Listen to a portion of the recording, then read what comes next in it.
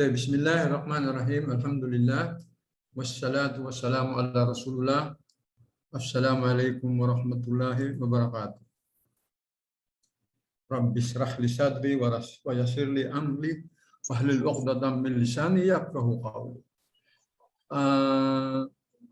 Assalamualaikum mga sisters and brothers and sisters.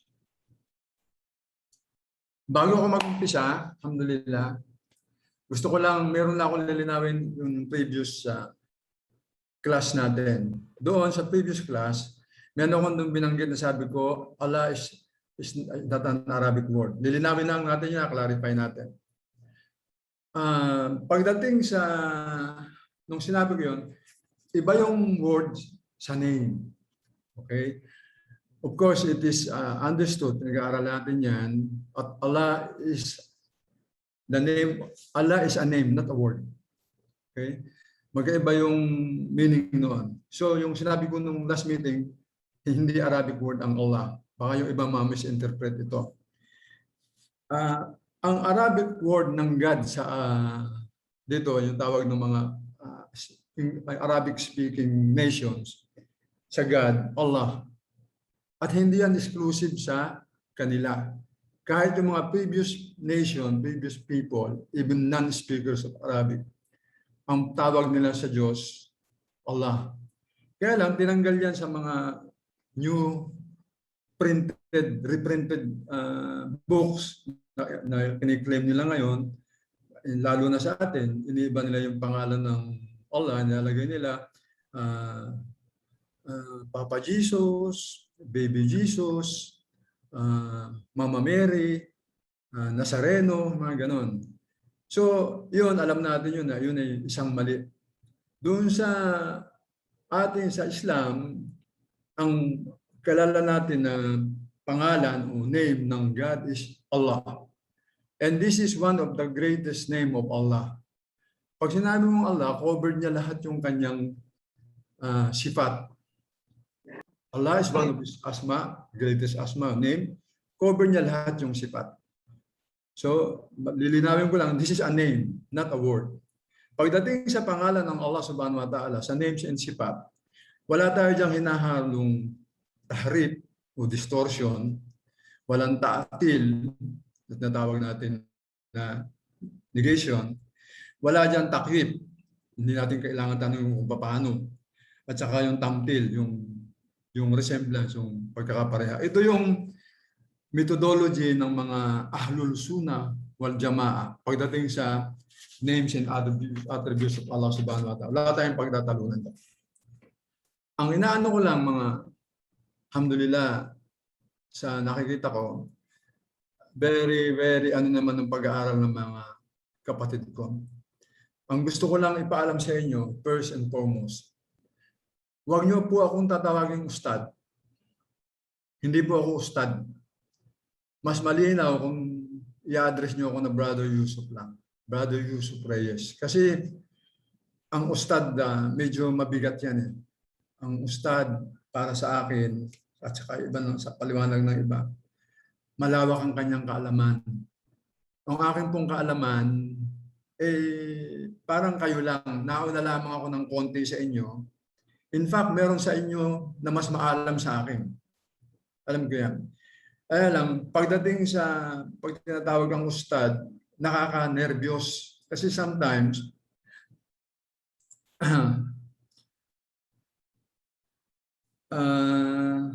diyan nagkakamali ang isang Muslim at saka diyan nasisira ang kanyang ustad. Example, ang ating hadith of today related doon sa sinabi ko. Sabi doon, narrated by Abu Musa, na mababasa niyo radiyallahu anhu. Sabi niya, sabi ng Propeta Muhammad sallallahu alaihi wasallam, nadinggan niya ang isang tao na he's praising another man. And very exaggerated yung kanyang pagpuri sa tao na yon. So, sabi ng Propeta Muhammad sallallahu alaihi wasallam, you have destroyed the man.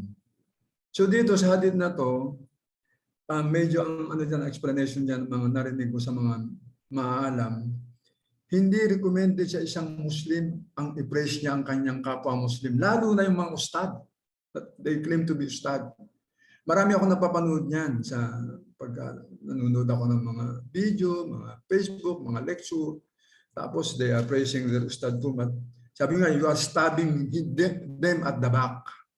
Kasi ang masama doon, pag nadinig yun ang sinasabi mong quote ustad, posibleng lumaki ang ulo niya. Ang tingin niya sa sarili niya, maalam. Okay? Tandaan niyo mga kapatid, ang kaalaman sa Islam, okay, dapat magiging humble tayo. Iiwasan natin yung pagiging arrogante o ignorant, yung pakiramdam mo na maalam ka. Kaya ka nag-aaral sa Islam, hindi para rating sa iba na magaling ka. Halimbawa, tumayo ka sa harap ng klase, nagtuturo ka, nagsishare ka.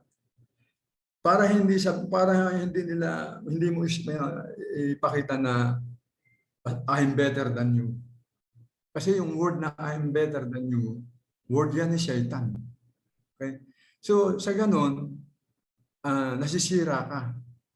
Ang pinakamaganda doon, be humble, be simple. Yung nalalaman mo, kailangan i-share mo lang. Okay? Ngayon, kung minadinig ka sa isang ustad mo na don't praise him too much. Kasi ang praise is for Allah only. All the praise is due to Allah. Okay? So, as much as we can, merong nagawa sa iyong isang just say, Jazakallah khair. Thank you. Bas, kalas hanggang doon lang. Pero yung you are praising them to the most, hindi yan maganda. Hindi yan recommended sa Islam. And binapayawan ko rin ang aking sarili, tsaka yung those of you who are aspiring to be a teacher someday, inshallah, may Allah increase your knowledge, may increase our knowledge. Kapag kayo tumayo sa harap, umupo sa harap, nagtuturo kayo, nagsishare kayo, don't feel as na kayo ang mas magaling kayo sa nasa harap niyo. Hindi. Ang nyo lang is like a prophet, that you are sharing what you receive. Okay? Si-share nyo lang yung kaalaman niyo. Kasi yung kaalaman natin ngayon, kung ikukumpara yan sa kaalaman patungkol sa Allah Subhanahu wa Ta'ala, sabi nga doon hindi lang sa hadith ito, kahit sa Quran. Kapag naglubog ka daw ng karayom sa karagatan at inangat mo yung karayom, kung ano lang ang makukuha na tubig ng karayom, yun yung kaalaman na nakuha mo. If you imagine, walang nakuha ng tubig yung karayom. Parang ganun tayo. Kaya, with this reminder sa sarili ko, sa ating lahat, be humble, be simple, be ignorant. Don't ever think na teacher mo ako, estudyante ka lang. No, wag kayong pupunta doon. Kasi pag dumating ka sa status na yon, yun ang sabi ng isang nadinig ko, nabasa ko kay kayo, that is the start of your fall. Pabagsak ka na noon. Kasi ang kaalaman sa Islam, hindi yan ipinagmamalaki. Ang kaalaman sa Islam, dapat habang the more you gain knowledge, the more you fear Allah Subhanahu wa Ta'ala. And if you fear Allah Subhanahu wa Ta'ala, you control your mouth, you control your ears, you control your tongue, you control everything. Only for Allah Subhanahu wa Ta'ala. Kaya yung alhamdulillah, yung pagsasama-sama natin kapag Friday, I am not better than you. Maybe some of you are more knowledgeable than me. Kung meron kayo, share mo. Kaya lang, don't look at the mistake of everyone. Share the knowledge as much as you can, yung mga authentic knowledge. And in that way, makukuha natin yung talagang purpose ng pag-aaral. Inshallah. So isang reminder lang ito mga kapatid ko sa aking sabi ko nga, as I committed, magsishare ako ng hadith every Friday for the benefit of all. So alhamdulillah, tuloy natin yon. Doon sa mga nahuli, ako po ang inyong kapatid, si Brother Yusuf Reyes. Alhamdulillah. So last Friday, alhamdulillah, na-discuss ko sa inyo yung isa sa mga incidents o mga istorya about yung mga descendants o lineage ng Propeta Muhammad sallallahu alaihi wasallam.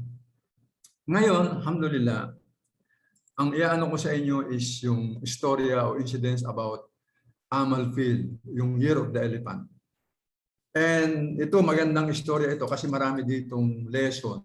Una dito, yung lesson dito is yung ang mga disbelievers, no way na mananalo sila sa Allah Subhanahu wa Ta'ala. Pinakita dito yan. Pangalawa, Ipakita dito yung tauhid ng Allah subhanahu wa ta'ala, yung kanyang rububiyya, because He is the owner of all.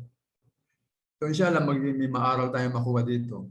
At pag sinabing Year of the Elephant o Amulpil, kasi nung mga unang panahon, hindi naman masyadong natatandaan kung anong year.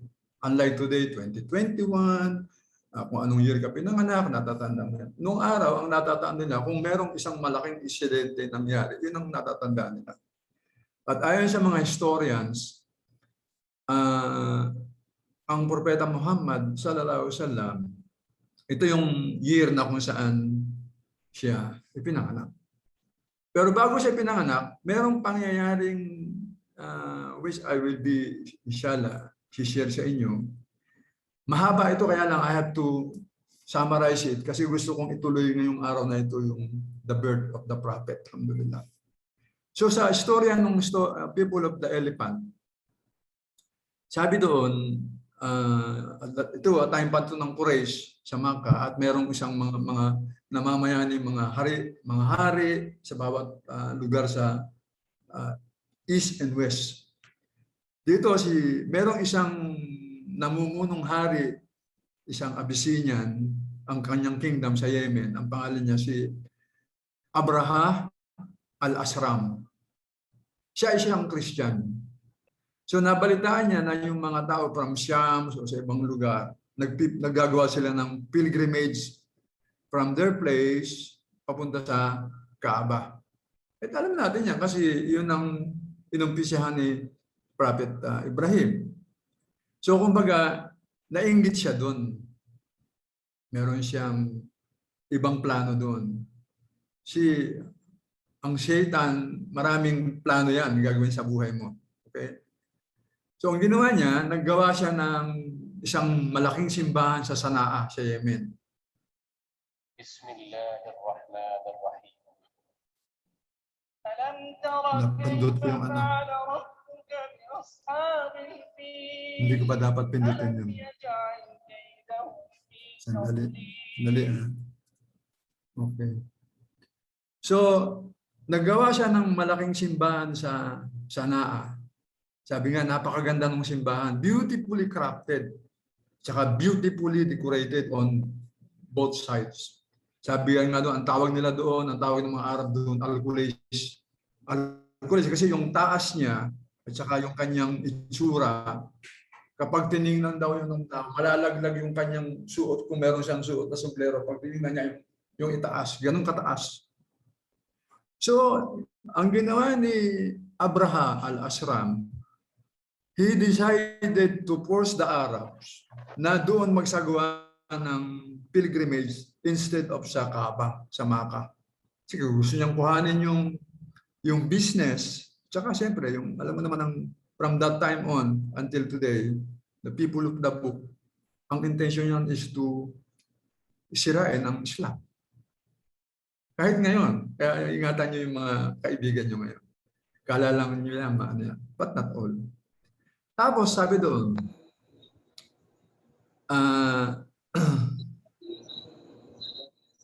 nung in-announce niya sa mga Arabs na instead of sa Makkah kayo mag-pilgrimage, dito kayo gagawa ng pilgrimage niyo sa Yemen, nireject yun ng mga Arab tribes. Okay? Kasi marami, alam mo, yung tribe ni Adnan, tsaka yung tribes yung tribe na tawag ng Kahatan.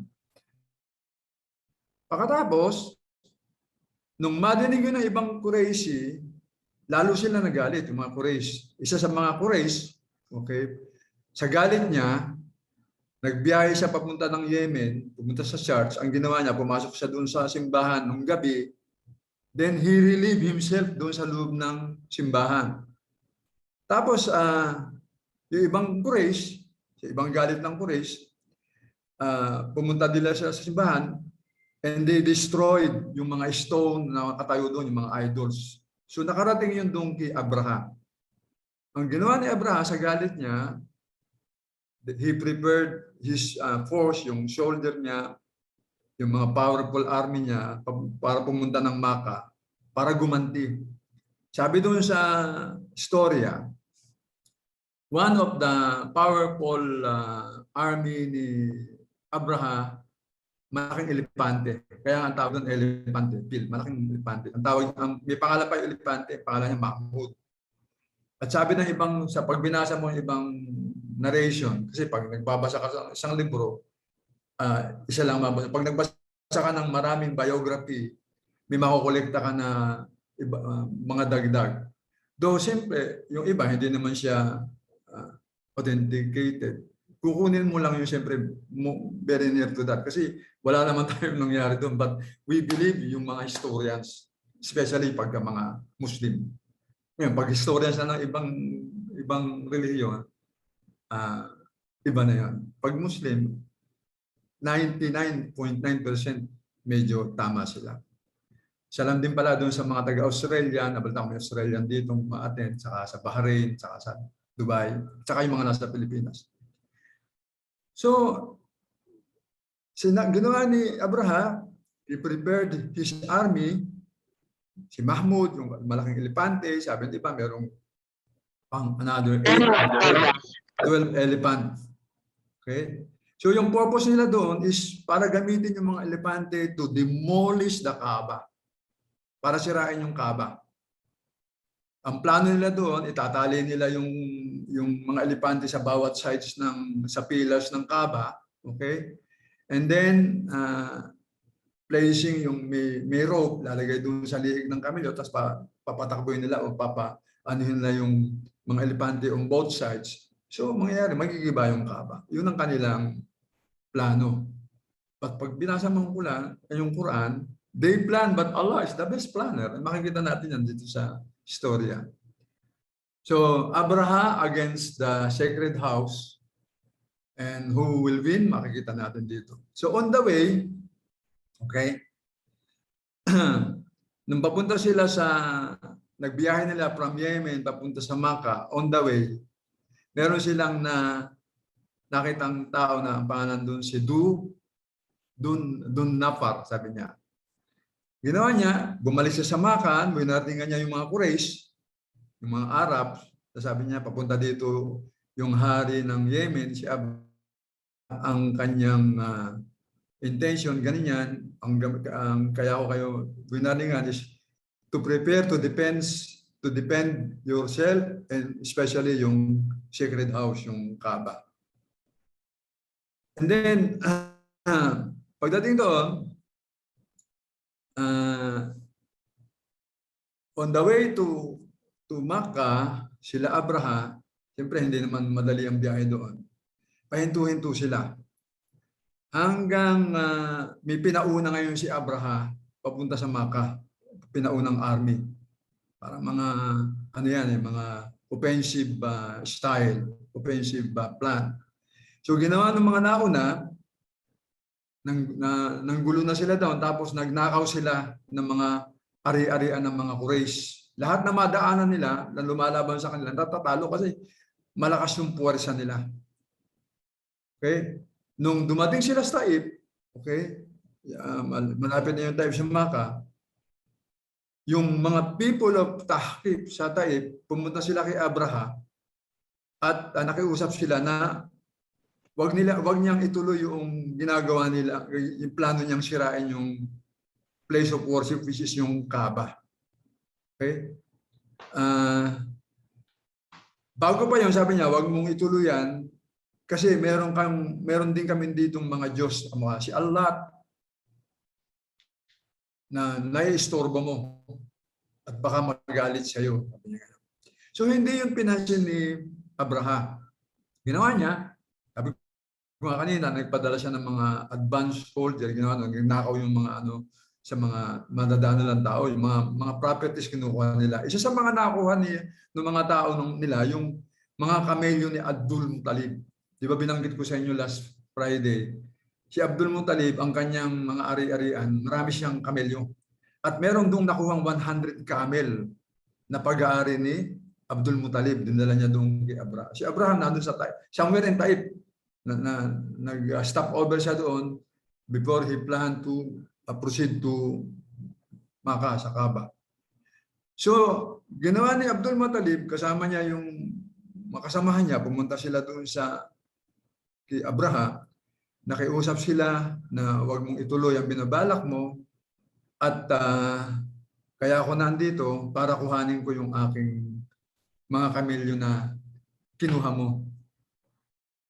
So sabi ni Abraham, kausap ni si Abdul Muttalib, nung una kitang makita, humanga ako sa iyo. Sabi niya, kasi ang tapang mo para harapin ako. Tsaka sa nakita ko yung build mo, hanga ako sa iyo.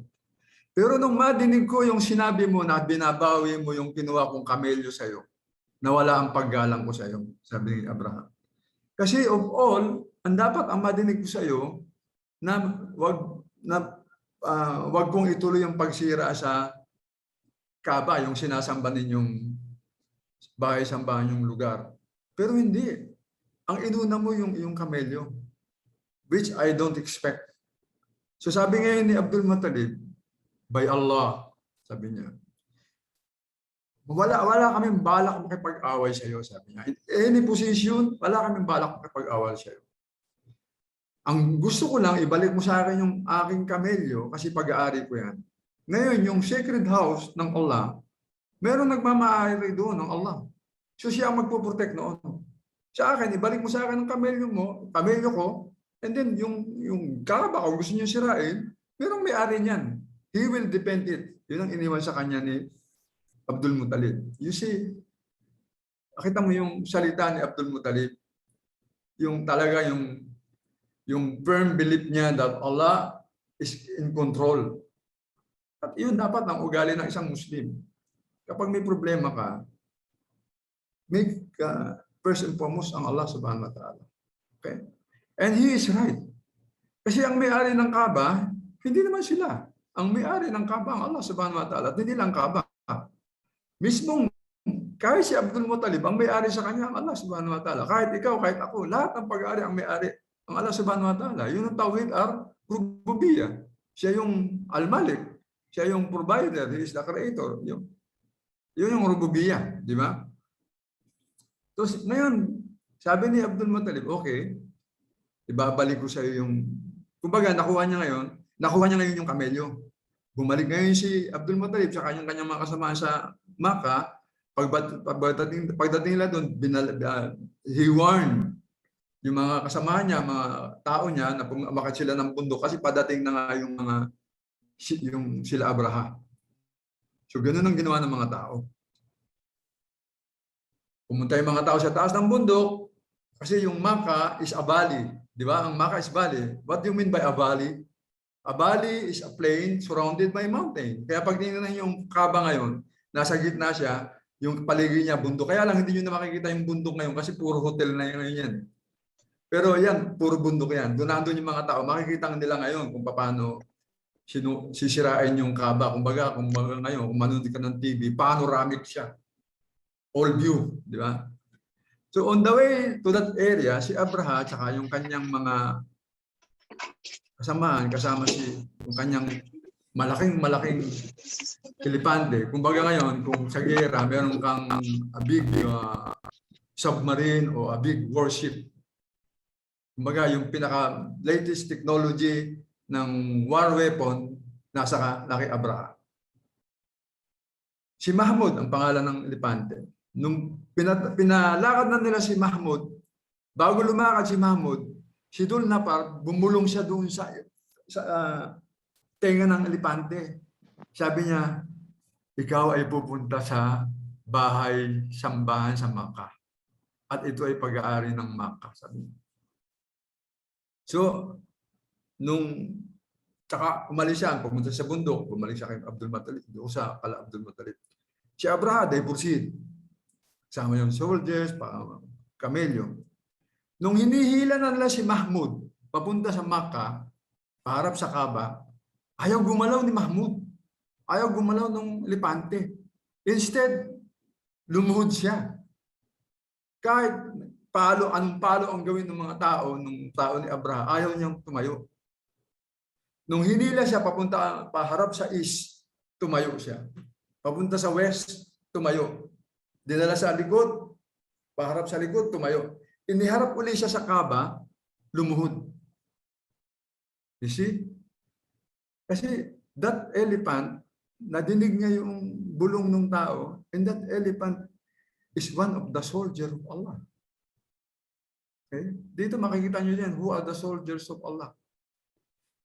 So, gano'n nangyari, matagal na pinapalo nila si Mahmud, yung ibang elepante, ayaw gumalaw ng elepante. After that, as nagkakaroon ng ganong sitwasyon, nagpadala ngayon ng Allah Subhanahu wa Ta'ala ng mga ibon. Okay? Sabi doon sa nagpapaliwanag, yung mga ibon na dumating, meron silang yes, sir. Paki-mute po yung inyong speaker. Okay. Yung mga ibon na dumating, sabi doon, meron siyang batong dala sa claw, bawat claw, yung kanyang dalawang claw niya at saka sa kanyang tuka. Okay?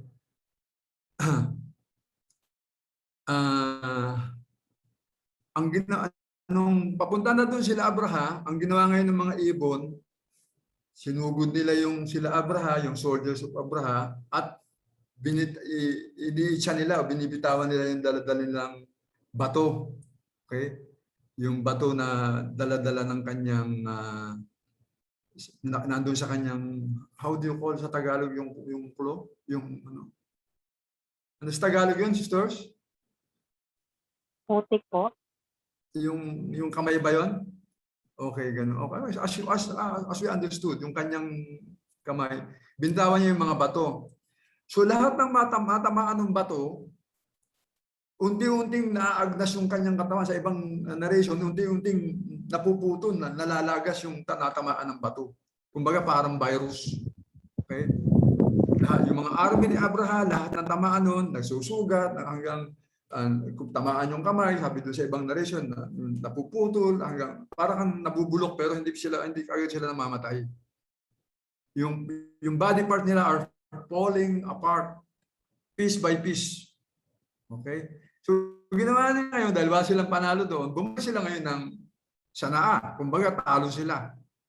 At anong nangyari kay Abraham? Si Abraham, nakabalik pa rin ng Abraham ng Sanaa. Sa ibang narration, sabi doon, si Abraham, nung bumalik ng Sanaa, dala-dala ng kanyang mga sundalo, halos pira-piraso na lang. Pero yung kanyang, buhay pa siya. Pira-piraso siya. Talagang yung kaparusahan na pinaramdam sa kanila ng Allah Subhanahu wa Ta'ala. Hanggang dumating siya sa Sanaa, sa kanyang kaharian sa Yemen, namatay lang siya nung bumagsak na yung kanyang puso. Kasi isa-isa yung ano niya. Dito makikita mo yung parusang ibinigay ng Allah Subhanahu wa Ta'ala doon sa mga tao na gustong kumalaban sa kanya. At dito ang ginamit na soldiers ng Allah Subhanahu wa Ta'ala, mga ibon. If you recall yung istorya, kung nadinig nyo na o nabasa na ang istorya ni Prophet Nuh, ang kanyang soldiers, tubig. Di ba? Kahit kay Musa, ang kanyang soldiers, tubig. Ginawa niya, pinag-utusan niya yung tubig na mahati, nakatawid doon sa Musa. Yung kay Nuh, pinag-utusan niya ang tubig na bumukal. Hindi lang umulan, bumukal sa ilalim para tumaas yung kanyang barko para makaligtas sila. Sa ibang istorya ng Stories of the Prophets, kung nagbabasa kayo, yung ibang soldiers na Allah, yung wind, yung malalakas na hangin. Alam mo, sa istorya ni Sodom and Gomorrah, ang soldiers ng Allah Subhanahu wa Ta'ala, yung mga nagbabagang bato. At pag binasa niyo yung mga istorya ng ganyan, ang dami talagang soldiers ng Allah Subhanahu wa Ta'ala, which we don't know. Yun yung mga kaparusahan na inabot ng mga tao of the previous nations. Ngayon, if you try to analyze, anong soldiers ng Allah Subhanahu wa Ta'ala? Di ba itong virus, yung COVID? Hindi natin nakikita. Very small siya. Pero walang magawa yung tao. We are on the advanced stage. Okay? Walang magawa ang tao. Ang ginamit lang ng Allah Subhanahu wa Ta'ala, yung COVID, to remind us, to remind people. Parang ginawa dito sa people of the elephant. Ni-remind sila, binigyan sila ng kaparusahan na kapag kinalaban mo Allah Subhanahu wa Ta'ala, hindi ka mananalo. Because Allah is the owner of all. He is the Rabbul Alamin. Ngayon, pag yung mga tao, pag i-apply mo naman ngayon, nagkalat sa buong bansa ang virus, paano? Wala pa rin, hindi pa rin sila nagigising. Tumatawag pa rin sila kay Nazareno, tumatawag pa rin sila sa mga idols, kung sino-sino pa rin tatawag niya. Sa mga nababasa ko nga sa Facebook, yung mga pinsan ko nakalagay doon. Kung may time ka, isang amin mo lang, bukas mawawala ang virus. Nasisira ulo ko pag binabasa ko sila. Eh, ang dami-dami ng amin, lalo dumadami virus, di ba? Hanggang ngayon, they don't realize. Subhanallah. So dito makikita niyo yung isang aral na iniwan dito na you have to put your trust in Allah subhanahu wa ta'ala and you have to fear Allah subhanahu wa ta'ala. At dito meron ditong, sabi nga di ba, isa sa mga benefits o sa pag-aaral ng sira, malalaman mo, maintindihan mong Quran. Meron dito ni-reveal yung Suratul Fil. Di ba? Yung nadinig ko, kaya lang nagkamali ako ng pindot, babalikan natin yun. Sa Suratul Fil, ang sabi ng Allah subhanahu wa ta'ala sa translation, di ba? Hindi nyo ba na-remember, hindi ba naging tanda sa inyo how your Lord deal with the owners of the elephant? Yan yung na ginawa yung kanilang plot to destroy went to astray. Kasi nagpadala Allah subhanahu wa ta'ala, ay translate ko yung Suratul Fil, nagpadala ang Allah subhanahu wa ta'ala ng birds against them, yung ababil. 'Di ba? Ababil ang sabi sa Quran, black ababil, then striking them with stones of sijil. Okay? Tapos anong huli na aspin maakul. Sabi nagpapaliwanag yung ababil, ito yung groups ng mga ibon. Okay? Pag ababil, groups daw ito ng mga ibon. At kapag sinabi doon, yung sijil, ito yung mga maliliit na bato. Okay, tapos yung bato na yan, very solid siya, na pinaghalong dalawang salita daw yan, sabi nung nagpapaliwanag na saj saka jil. Yung saj, ang meaning niya stone. Yung jil, ang meaning niya clay. So, stone at saka clay. Si jil, kaya talagang matigas siya, tapos binigyan pa siya ng karagdagang ng Allah subhanahu wa ta'ala. Which naalala ko yung sa bato na yan, naalala ko, share ko lang sa inyo konti. Naalala ko yung isang nadinig kong lecture sa nag-aaral ako sa mga alam.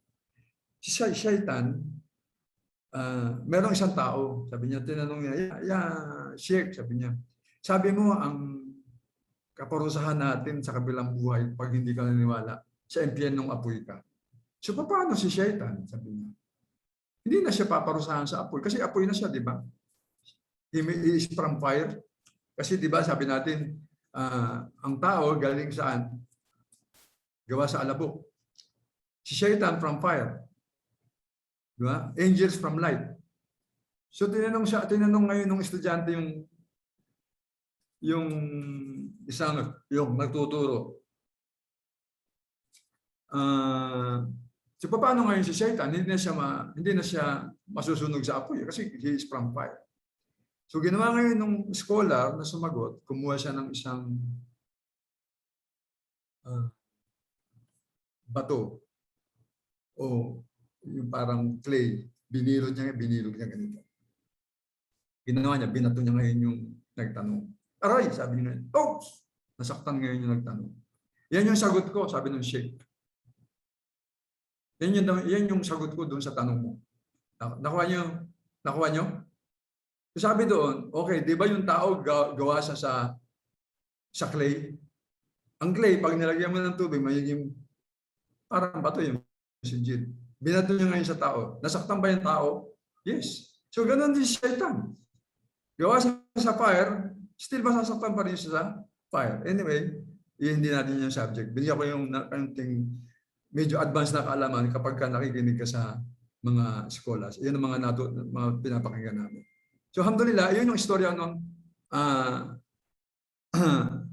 Amal Fil. Okay, alhamdulillah.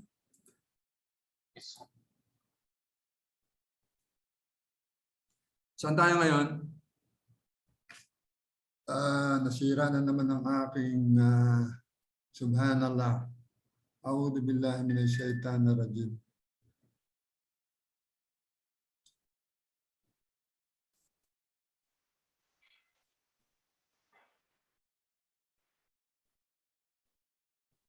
starting live show. Mahalis mga brothers and sisters. Naka-screen pa rin ako?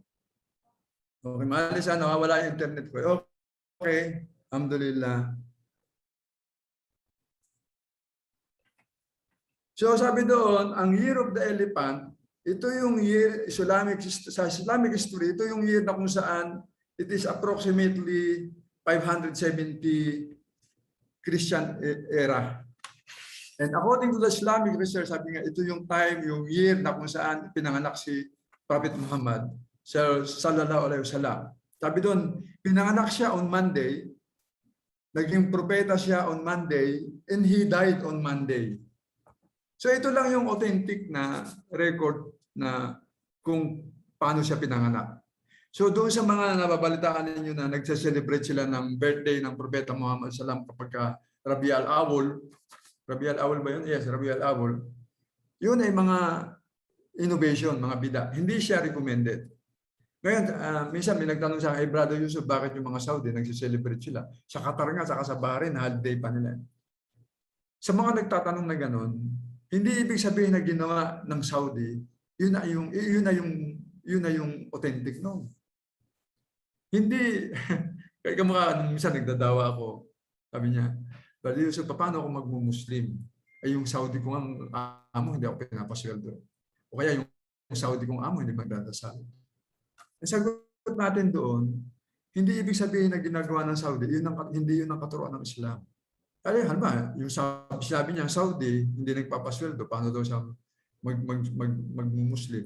Ang sagot ko doon is, sa Islam, ang katuruan ganito. Bago matuyo ang pawis ng isang worker o trabahador, kailangan bayaran ng employer. Dito, employer natin, malinaw tayo, employer natin dito, Saudi. So pag in-apply mo yung hadith, sabi doon, bago daw matuyo ang pawis ko, kung ako nagtatrabaho, kailangan matanggap ko yung sweldo ko before, at the end of the month or before the end of the month. Ngayon, pag hindi ako pinasweldo, hindi yung katuruan ng Islam. So huwag mong huwag mong iyaano sa Islam yun. Sa Islam, ang turo kasi bayaran ka on time. Ngayon, pag mayroong hindi nagpapasweldo, hindi yung katuruan ng Islam. Sabihin, sumusuway sila sa Islam. Hindi mo pwede sabihin, bakit ang Saudi? Hindi ganon. Sabi nga, don't, kamukha ng hadith ko kanina, huwag mo titignan yung mga tao and don't comment on that. Huwag kayong pupunta sa mga ganong komento. It's not good. If you want to maintain a good record, huwag kayong papalap sa ganun. Sabi naman, diba, bakit sila hindi man nagdadasal? So what? Hindi mo naman pananagutan yung ginagawa nila eh. At hindi naman din nila pananagutan ang gagawin mo eh. Mag-Muslim ka, dahil gawin mo yung mga obligasyon, lalo yung sala. Huwag mo sabihin na yung amo ko nga hindi magsasala. Hindi rin ako magsasala. Hindi ganun. Diba? So anyway, sabi nga, pagka pinag-aralan mo itong sira, unti-unti mong matututunan niya. So sabi diyan, authentic doon na pinanganak siya Monday. Okay? Kaya nga merong hadith supporting it na sabi niya, sabi ng Propeta Muhammad bakit siya nag-aayuno ng Monday at Thursday? Kasi sabi niya, Monday is the day na kung saan ako pinanganak. Kailan ako pinanganak. Pero walang sinabing eksaktong date. In fact, nadinig ko sa mga pinapakinggan ko mga eskola, merong ijma. Ijma, consensus, na pagkasunduan ng mga maalam sa ano, na discover nila na ang Propeta Muhammad sallallahu alaihi wasallam namatay siya on the 12th of Rabi al-Awwal. Hindi pinanganak ng Rabi al-Awwal. Okay? And yung authentic doon, namatay siya Monday din. Kaya yung Monday siya pinanganak, Monday siya namatay, at Monday din siya tumanggap ng revelation. Yan yung mga authentic. Okay? Alhamdulillah. Tapos pagdating doon, sabi nga doon, ang propeta Muhammad sallallahu alaihi wasallam, okay, nung kanyang bata, di ba, isa siyang orphan. Kasi bago siya ipinanganak, namatay yung tatay niya, si Abdullah. If you recall it, last Friday, I mentioned it. Namatay yung tatay niya, si Abdullah, sa Madina, nung siya Madina. So, 6 months noon yung nanay niya, namatay na. So, siyang orphan. Kaya nga sabi noon, ang Propeta Muhammad sallam, isa talaga siyang example. Kung orphan, Muhammad is an orphan. Leader, Muhammad is a leader. Poor, Muhammad is a poor guy. Ano pang ano, Muhammad is as we go along, matututunan niyan. Kaya sabi nga sa Quran, si Muhammad is an uswa, kamukha ni Ibrahim. Anong uswa? Is a role model. So nung pinanganak si Prophet Muhammad sallam, immediately pinatawag ng kanyang nanay si Abdul Muttalib, yung kanyang grandfather. Okay? Tapos dinala si Prophet Muhammad sallam, dinala ni Abdul Muttalib yung baby Muhammad sa Kaaba. Piniresent siya doon sa mga Arabs. Okay? And then he was circumcised on the 7th day according to the customs of the Arab, circumcision. Okay? Tapos, sabi doon sa didiscuss ko nyo ngayon yung kanyang babyhood. Alhamdulillah, Rabbil Alamin. Tradition sa Arab, okay, that time, okay, na kapag ka merong nanganak, bagong panganak, yung bata dinadala sa disyerto. At bakit dinadala sa disyerto? Kasi ang Makkah is the center trade. Ngayon, even before. So, pagka center trade, kamukha ngayon, marami dong micro, may virus, may mga epidemic, inaalis nila ang bata doon. Tapos, custom nga ng mga Arab na kailangan yung anak nila dadali sa disyerto para maging matuto siya ng una, yung purong salitang Arabic. Pangalawa, matuto siyang maging mag-isa. Kung ano mo, tama sila eh. Tama talaga yung ano. Kasi kamukha ngayon, ang mga Saudi ngayon, ang mga nani nila sa bahay, yung mga nag-aalaga ng anak nila, ang kinukuha nilang nani sino? Asian people, mostly, kung hindi Indiano, Pilipino, Indonesia. Kaya lumalaki yung bata, anak nila, pag tinanong mo, kep halak, ang sagot ng bata, mabuti po, doon nasisira yung kanyang language. Nasisira yung kanyang Arabic. Kung gusto mong sirain ang Arabic, because Arabic is very important for a Muslim, kasi ang Quran is an Arabic language. So yung mga tao ngayon, kamukha din noon, yung pagkatakot nila Amina noon, ayaw niyang masira yung yung kaalaman sa Arabic ni yung baby Muhammad. So kailangan dalhin nila dun sa bundok. At para matuto doon yung bata. Ang tanong, bakit sa isang ina, bakit kailangan, di ba, pagka anak-anak ang isang babae gusto niya, nasa kanyang bata, di ba? Ito yung dahilan kung bakit si Amina, pinadala niya doon yung bata. So nangyari doon, every year, may dumadating doon mga babae na from isang clan yon, isang bundok, pupunta sila sa Makkah, okay? Para kumuha doon ng mga bagong panganak. Pag sinabing mga babaeng nagpapa-nurse ng bata, anong ibig sabihin noon? Anyone can answer it? Paki-open yung inyong speaker. Anong ibig sabihin nun? Kapag yung babaeng galing sa ibang tribo, papunta ng Makkah, at kukuha sila ng batang papadidehin, anong ibig sabihin nun? Foster mother. Foster mother? Ibig sabihin, malapit na yun. Ano pa? Wet nurse. Wet nurse. Wet nurse. Wet nurse? Okay. Ibig sabihin nun, yung mga pupuntang babae doon, bagong panganak, di ba? Right? Or wrong? Baby din. Kasi pagka hindi ka naman ng anak, paano ka magpapadede? Magkakaroon. Di ba? Sa mga babae, kung mayroon kayong, hindi naman kayo ng anak, makakapagpadede ba? Hindi, di ba? So, ganun ang yung mga pumupunta doon, yung mga bagong panganak. Ibig sabihin, nung pumunta doon yung mga kumukuha ng bata, meron din silang dalang mga anak. So, meaning, sa Islam, kapag yung bata, dumede siya sa isang ina at meron dumededing iba doon, meron siyang foster, brother, o sister. Di ba? So, ang Propeta Muhammad sallam, meron siyang foster, brother, and sister. Ngayon, ang ginagawa ng mga mami ngayon, hindi nila pinapadala sa disyerto sa ibang lugar. Ginagawa ng mami ngayon, they will buy canned milk. Yung mayayaman, especially ang ginagawa nila, kukuha sila ng nani, pero bibili sila ng first class na gatas. Yun ang papadede nila dun sa mga anak nila. Why? Why? Bakit? Kasi ang mga babae ngayon, ayaw nilang masira ang kanilang figure. So ginagawa nila, magpapadede lang sila ng anak nila for first days or weeks. Next month, ang didedehin na ng mga bata ngayon, yung mga canned milk, bottled milk.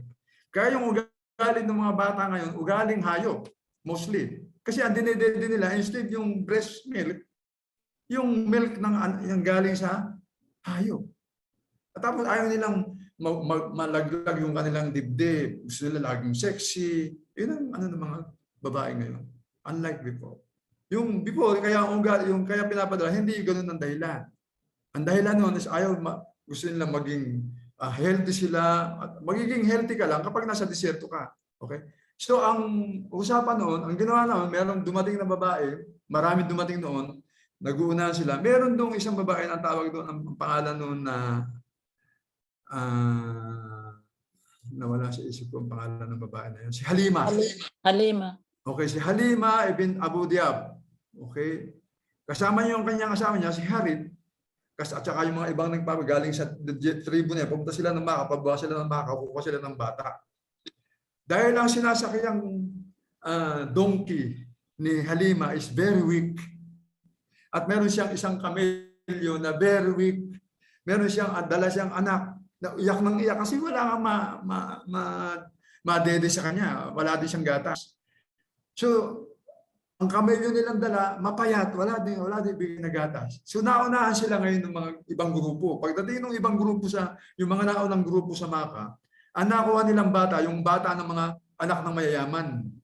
So nung dumating sila sa Maka, na-distribute na ngayon yung mga baby, ang natira na lang yung orphan na si Muhammad.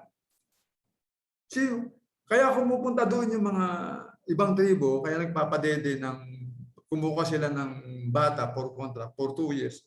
Dahil gusto nilang kumita. Kasi wala namang kabuhayan sa lugar nila. So yung from their breast, yung milk, sinishare niya sa ibang bata. At ang kapalit noon, yung bayad ng mga tao, ay mayayaman yung iba. E ngayon, pagdating nung dumating si Halima doon, tsaka si Harith, yung asawa niya, ang inabot na lang nila yung baby orphan. Hindi nila kinuha yun. Kasi walang kumuha kay baby orphan, kay baby Muhammad. Why? Why? Walang tatay. Walang tatay. Kung walang tatay, Walang magbayad doon. Walang pambayad. So anong makukuha ko diyan? Walang pa. Wala kaya ng isang ulila, orphan. Ano ibabayad sa akin yan? So nung pabalik na sila sa tribo nila sa bundok, sabi ni Harith kay Halima, malungkot si Halima kasi wala siya nakuha ang bata. Ang natira na lang si Prophet Muhammad, si baby Muhammad. So sabi ni Harith, yung asawa niya, bakit hindi na lang natin kuhanin yung natitirang bata? Maybe, inshallah, by Allah, nagagamti palaan tayo sa kanya. Tingnan mo yung hindi siya Muslim, pero yung kanyang belief that Allah provides, Allah guides, Allah, di ba? Sabi niya, inshallah. So ginawa ngayon ni Halima, wala naman siya. So okay, let's take him. Ganun ang sa istorya. So, nung kinuha nila doon, sabi doon, ang tradition kasi ganito, kukuhanin yung bata, ang contract 2 years. Kasi ang pagpapadede sa bata is 2 years. Pag binasa mo ang Quran, ang pagpapadede sa bata 2 years, di ba? 2 years, I think 2 years and 2 months. Nasa surat, nakalimutan ko lang kung anong aya. Kaya lang, yung mga mami nga, as I said, ang mga mami ngayon, and this is a reminder to those mami who are listening today, 2 years ang padede sa bata para makuha niya yung full strength. Kasi ang gatas na yan, okay, and this is one of the miracle ng Allah subhanahu wa ta'ala, hindi lang miracle, ito yung patunay ng kanyang rububiya at kanyang rububiya, yung kanyang rububiya. That He create me, you sa womb ng nanay natin. Habang nandun tayo, Allah subhanahu wa ta'ala is feeding us there. Because He created us, He feeds us. through our mother sa taas, sa loob ng tiyan. Nung lumabas tayo sa ating nanay, Allah subhanahu wa ta'ala being a provider, part ng rububiyan, He create, He provide, naglagay siya ngayon ng gatas sa dibdib ng mami natin. Nung hindi pa lumalabas ang baby, wala ka na makukuha ang gatas niyan. Tanong sa mga naging mami. Nung buntis kayo, may lumalabas bang gatas niyan? Wala, di ba? Lumabas lang yung gatas na yan, okay? May tumulong gatas diyan, drops, milk. Nung lumabas na yung dala-dala nyo. And who caused it? Allah. Allah. This is one of the example ng Tawhid Arubiyya, mga sisters, mga brothers. Kung magdadawa kayo, Tawhid Arubiyya, yan ang magandang example. He create, He provide. And He maintain. Di ba sabi Rububiyya, He create, He provide, He maintain. He is the owner. What maintain? Di ba yung dibdib ng babae na nanganak, meron siyang gatas na in 2 years time. Right? Who make it like that? Allah. He maintain. At anong miracle doon? Yung gatas nasa loob ng katawan ng mami. Sa loob ng katawan, meron niyang tubig, meron dugo, may gatas. Bakit hindi naghahalo? Pag pinadede mo yung anak mo, bakit hindi nadedede ng anak mo yung dugo? Anak ko lang niya gatas. Yeah. Allah is the best creator. Tawhid ar-Rububiyyah. Subhanallah, di ba?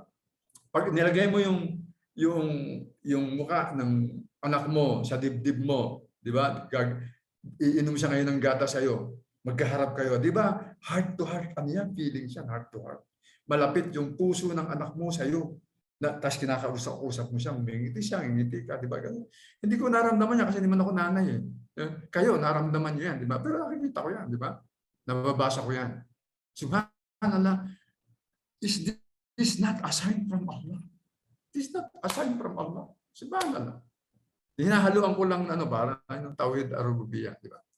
So sabi doon 2 years ang kontrata nila.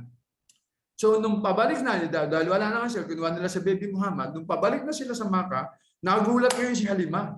Kasi nung sinasakay niyang donkey, biglang tumakbo ng mabilis. Pati yung kamel niya, ang bilis na hanggang ma-overpass pa nila yung naunang nagsialis. At ito pa, ang blessing. Nung dumating, nung dala-dala niya si Baby Muhammad, tsaka yung kanyang anak, nagpapalitan yung anak niya tsaka si Baby Muhammad na suckling her breast, dumedede sa kanyang dibdib. Nagulat siya, maraming lumalabas sa kanyang gatas sa kanyang dibdib. Tapos pagdating nila doon sa bahay nila, sa tribo nila, nung ginatasan ni Harith, yung asawa niya, yung donkey tsaka yung kamelyo, may lumabas na gatas kasi before, hindi sila makatulog sa gutom. At yung anak niya halos magdamag buong araw, umiiyak siya. Kasi wala siyang makukuhang gatas sa kanyang mama. At wala din siyang makukuhang gatas na option from the goat, donkey, at saka sa kamelyo. Wala. Pero nung kinuha nila si Baby Muhammad, subhanallah, ang blessing biglang nagkaroon. Biglang nagkaroon ng blessing. Pagdating nga doon, sabi nga doon, kumbaga sabi ni Halima, nabago yung buhay namin. Kasi sabi ni Harith, yung asawa niya, ang nakuha nating bata is a blessing from Allah subhanahu wa ta'ala. It's a blessing. Kasi nung buhat ng tumira si Baby Muhammad, lahat ng blessing dumating sa kanila. Lumakas sila, may gatas sila, may pagkain sila, tapos yung mga pananim nila nabuhay, kumbaga lahat ng provision dumating sa kanila. Even on the year of the drought, yung mga kasama nila walang kinakain, meron silang kinakain. Subhanallah. Tapos, sabi nga, ang contract is 2 years. Okay? In that 2 years, habang lumalaki si Baby Muhammad, what is the time? 10. Give me 5 minutes more. Habang lumalaki si Baby Muhammad, habang palapit na palapit yung contract ends, palago, paganda naman yung provision ng natatanggap ng mag-asawa, yung buhay nila, kumpara doon sa iba. Kaya nagtataka ngayon yung mga kasama nila kung anong nangyari. So nung matapos yung 2 years, na isusuli na nila ngayon yung mga bata na inampun nila sa Makkah, kasi inang kontrata, 2 years. Bumalik sila sa Makkah, pero ang intention ni Halima at ni Harith para hindi isuli si Baby Muhammad. Para pakiusapan ngayon si Amina na i-extend yung pag-stay sa kanila ng baby Muhammad. Marami silang ginawa rason. Baka may virus, magkasakit lang, kailangan pa niya ng pangangalaga. Though excited na si Amina na makasama niya yung kanyang baby kasi 2 years after na. So marami pa rin rason para papayagin siya nila Halima. Okay. Hanggang for those line of reasons, marami siyang rason na sinabi at napapayag niya ngayon si Amina. So mas dalit sabi, nagkaroon rin another contract 2 years. So ibinalik ngayon si Baby Muhammad kasama si Halima, another 2 years contract ulit. Ganun pa rin ang buhay. One day, in span of another 2 years, habang naglalaro, malaki na yung medyo bata na yung baby, naglalakad na, merong incident na nangyari. Okay? Naglalaro yung mga bata kasama doon si Baby Muhammad. Merong dumating na isang tao, sa ibang narration, dumating si Angel Jibril. Sa ibang narration, Angel Jibril in a form of a man. Okay? With another angel. Tapos kinuha nila by force. Sabi doon sa ibang narration, by force, sa ibang narration, Muhammad confronted them. What do you want from me? Anong gusto niyo sa akin? Yung tapang nandun. Hinawakan ngayon si Muhammad, Baby Muhammad, ng dalawang anghel, o ni Angel Jibril. Tapos, biniyak yung kanyang dibdib. Open heart surgery. Biniyak yung kanyang dibdib. At dito natin tatapusin ang ating klase. Itutuloy natin next Friday. Alhamdulillah. Dahil wala na kasi tayong oras. Di ba? Ito yung klase natin next Friday. Abangan natin. Anong nangyari ngayon nung biniyak ngayon yung dibdib ni Baby Muhammad? So ito yung pagtatapos ng ating class today. Meron lang dito isang reminder. Paki-remind ulit bago tayo mag-leave. Paki-enter ang full name sa profile picture nila. Especially yung meron diyang profile name Galaxy, Lenovo, Oppo, La Bonita, iPad. Huwag nyo nang i-promote yung mga ganyang palitan nyo pa eh. Bigyan nyo yung pangalan nyo. Ganda ang mga pangalan nyo, di ba? Palitan nyo ng pangalan. So, yun lang. So, alhamdulillah, ito yung ngayon sabi ko, magbubunot ako ng mga 3 pangalan dito para review at sa mga tanong natin. Sala. Una ko nabunot. Oh, mashallah. Pwede ba to? Isang brother? Pwede ba brother? Israfil Chavez. Hindi na pwede si brother. Kasi pang sister. Brother Israfil, are you there? Brother Israfil. Wala? Hindi na. Assalamualaikum warahmatullahi wabarakatuh ya akhi. Brother Israfil, ano na kita ha? Sa iba na lang Okay lang sa iyo? Okay lang. Tayo.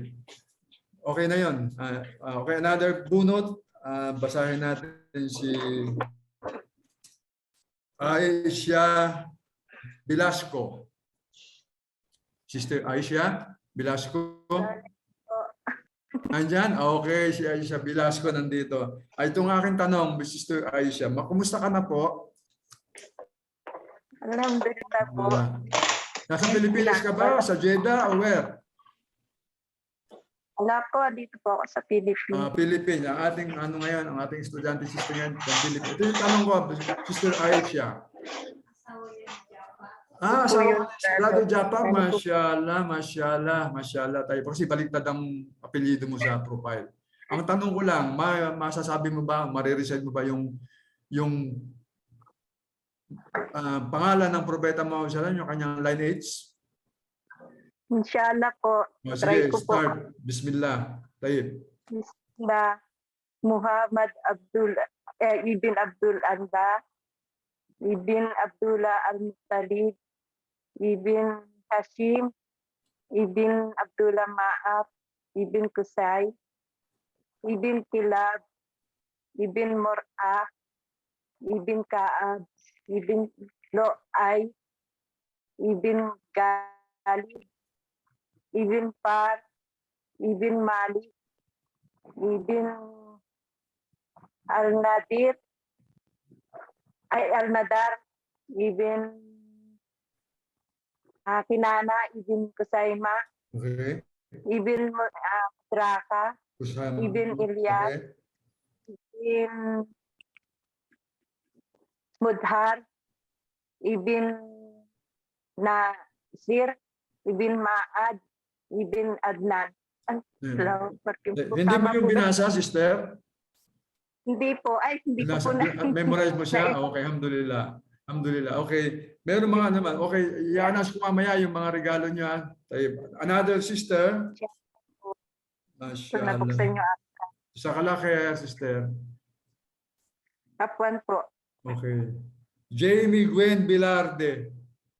Jamie Gwen, mashallah, nagsulat ng bunot. Jamie Gwen Bilarde. Hello? Jamie Gwen Bilarde? Hello po. Assalamualaikum. Waalaikumsalam po. Okay, pakirecite ang pangalan ng Propeta Muhammad sallam. Wala kang video, pakiyo ng video. Hindi daw po pwedeng maun Hindi, pag pinipikit ko. sino nagsabi? Nakalagay po dito. Ang nakalagay, yung mga co-host, binabawalan nyo pala yung ano eh. Pwede na ngayon, ako na nagsabi. Okay, okay. Paki-on. Okay, sige, recite. Muhammad sallallahu alaihi wasallam. Ibn Abdallah, Ibn Al-Muttalib, Ibn Hakim, Ibn Manaf, Ibn Qusay, Ibn Kala'ab, Ibn Mora, Ibn Ka'ab, Ibn Lo'ay, Ibn Ghalib, Ibn Fakhr, Ibn Malik, Ibn Al-Nadar, Ibn Kenana, Ibn Saima, Ibn Modraka, Ibn Elias, Ibn Modhar, Ibn Nizar, Ibn Ma'ad, Ibn Adna. Mashallah. O, isa pang tanong. Noong unang meeting, meron akong sinabing hadith, kapag nadinig mo ang pangalan ng Propeta Muhammad sallallahu alaihi wasallam, anong sunnah? Sabi Muhammad sallallahu alaihi wasallam. Mashallah. Tayo sa kalakir. Okay. Sabihin ko na lang mamaya kung anong gift mo. Isa na lang bubunutin ko pa. Isang sister. Mashallah. Alog-alog. Sa dami naman ng mabubunot ko, ito pa. Talagang masasagot niya ito. Sister Donnie, Dasigan. Assalamualaikum warahmatullahi wabarakatuh. Waalaikum salam, Sister Donnie, mashallah. Okay, pakirecite ang pangalan ng Propeta Muhammad. Video. Muhammad sallallahu alaihi wasallam, Ibn Abdullah, Ibn Abdul Muttalib, Ibn Hashim, Ibn Manaf,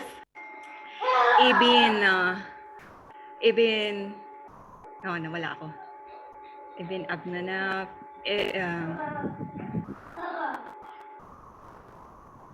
Ibn Manaf, Ibn Qusay.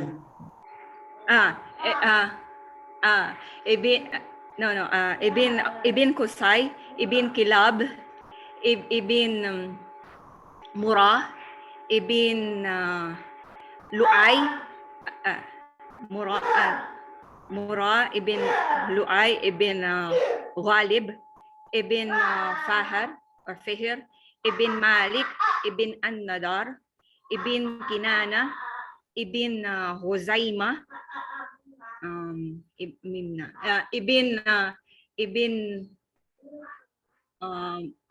Ibn Mudrika, Ibn Ilyas, Ibn Mudara, Ibn Nizar, Ibn Ma'ad, Ibn Adnan. Mashallah. Tayo. Noong second meeting natin, meron akong binanggit na hadith about Prophet Muhammad sallallahu alaihi wasallam pagka Friday. Ano ang sunnah? Ang sunnah po natin is to increase our salutation upon Prophet Muhammad sallallahu alaihi wasallam. Ayan, sakalaki. Doon sa lineage, meron kang na-miss after bin Mur'a, si bin Kaab. Ayun, sa Ibn anyway, Ka- Ibn Kaab. sabihin ko sa inyo yung gate. Doon sa mga Nakalakiran. ibang sisters, next time tayo kasi wala tayong oras. Tapos pag tinanong nyo, ano ba yung pagkakaiba ng bin sa ibin? Okay, tapos bakit tanong nyo, bakit natanong nyo, may magtanong. Yung bin, pagkauna, bin Muhammad, ganyan. Kapag kami mga kaduktong na, ito na tinanong ko kasi ito, Fahad ibn Abdullah, baka kung gagamit nyo ibin. Pagkauna, bin Muhammad, yan. Pag kami kaduktong ibin, pero walang pinagkaiba yon. Ang meaning nun, son. And subhanallah, kapag binasa mo yung mga naunang kasulatan, kahit yung mga people of Europe, ang pangalan nila Geraldson, Peterson, di ba? Andrewson. Binaan lang nila yung pronunciation, I'm sabihin son, Andrewson, Peterson. In English lang nila. Ito talaga yung pamamaraan ng paglagay ng pangalan even that time. So alhamdulillah, sa nag-recite, Sister Donnie, Sister Jamie, Sister Aisha, i-announce ko yung inyong mga gift, mga gift, inshallah. Doon sa mga hindi ko pa natawag, next meeting natin, hindi na yan ang tanong. Okay, iba na. Pakinggan nyo na lang yung series of lectures natin. At alhamdulillah, yung tanong na yan, bigyan may mga instant gift. Tapos iba yung examination. At yung pagtatanong ko, I want to make it clear, hindi ito para i-test kayo o to humiliate anyone, hindi. Bilang review lang ito sa lahat. Okay? Sabi ko nga, look at me as your brother, not ustad.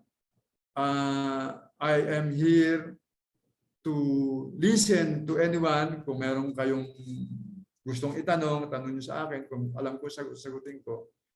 And let us avoid making fitna, especially in the class. Okay? Inshallah. Ang intindihin natin is maghanap tayo ng kaalaman, and this kaalaman will lead us to be close to Allah subhanahu wa ta'ala. So kung meron man akong nasabing mali sa nakaraang isang oras, ito dahil sa kahinaan ko, dahil kay Shaitan, at yung mga kabutihang nasabi ko at tama, ito ay galing sa Allah subhanahu wa ta'ala. So dito magtatapos yung ating klase ngayon. See you next Friday sa class 4. At mas maganda yon kasi ito yung pagbubukas ito yung first open heart surgery. Diba na lang, ang open heart surgery nangyari na noon, hindi lang ngayon. So abangan natin ito, alhamdulillah. Palalim na tayo ng palalim hanggang matapos natin yung boyhood ng Propeta Muhammad SAW, hanggang lumipat tayo after 2 Friday siguro, lilipat tayo ng yung pinakamaganda ng umpisa, yung start ng prophethood ng Propeta Muhammad sallallahu alaihi wasallam, na kung saan sa una pa lang ng prophethood, meron na doong tauhid, yung pagkaka-reveal ng pagka-receive ng kanyang aya. Inshallah, I will explain to you yung Ikra Bismika Rabbikal A'la. Explain ko sa inyo. Inshallah.